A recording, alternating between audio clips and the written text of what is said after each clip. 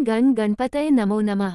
राजा पृथु ने कहा, हे मुनिश्रेष्ठ नारद जी, आपने कार्तिक माह के व्रत में जो तुलसी की जड़ में भगवान विष्णु का निवास बताकर उस स्थान की मिट्टी की पूजा करना बतलाया है, अतः मैं श्री तुलसी जी के महात्म्य को सुनना चाहता हूँ। तुलसी जी कहाँ और किस प्रकार उत्पन्न हुई, ये बताने की कृपा करें। नारद जी बोले, राजन, अब आप तुलसी जी की महत्ता तथा उनके जन्म का प्राचीन इतिहास ध्यानपूर्वक सुनिए। एक बार देवगुरु बृहस्पति और देवराज इंद्र भगवान शंकर का दर्शन करने कैलाश पर्वत की ओर चले, तब भगवान शंकर ने अपने भक्तों की परीक्षा लेने के लिए जटाधारी दिगंबर का रूप धारण कर उन दोनों के मार्ग में अवरोध उत्पन्न किया। यद्यपि वह भगवान शंकर अपने स्थान पर हैं या कहीं गए हुए हैं, इस पर तपस्वी रूप भगवान शिव कुछ नहीं बोले। इंद्र को अपने त्रिलोकीनाथ होने का गर्व था, उसी अहंकार के प्रभाव से वह चुप किस प्रकार रह सकता था।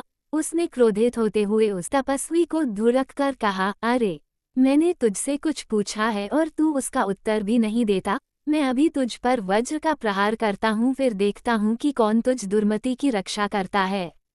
इस प्रकार कहकर जैसे ही इंद्र ने उस जटाधारी दिगंबर को, तेजस्वी, शांत, लंबी भुजा और चौड़ी छाती वाले, गौर वर्ण, अपने विशाल नेत्रों से युक्त तथा सिर पर जटा धारण किए वैसे ही बैठे थे, तथापि उन भगवान शंकर को न पहचान कर इंद्र ने उनसे उनका नाम व धाम आदि पूछते हुए कहा कि क्या भगवान शंकर अपने स्थान पर हैं या कहीं गए हुए हैं। इस पर तपस्वी रूप भगवान शिव कुछ नहीं बोले।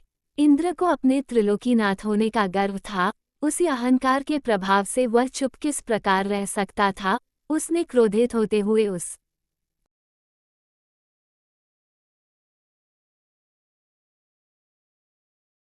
तपस्वी को धुड़क कर कहा, अरे, मैंने तुझसे कुछ पूछा है और तू उसका उत्तर भी नहीं देता। मैं अभी तुझ पर वज्र का प्रहार करता हूँ, फिर देखता हूँ कि कौन तुझ दुर्मति की रक्षा करता है।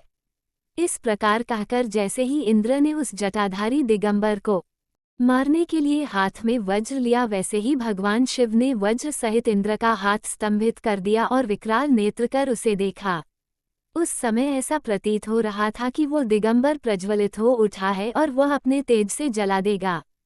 भुजाएं स्तंभित होने के कारण इंद्र दुखित होने के साथ साथ अत्यंत कुपित भी हो गया, परंतु उस जटाधारी दिगंबर को प्रज्वलित देखकर बृहस्पति जी ने उन्हें भगवान शंकर जानकर प्रणाम किया और दंडवत होकर उनकी स्तुति करने लगे।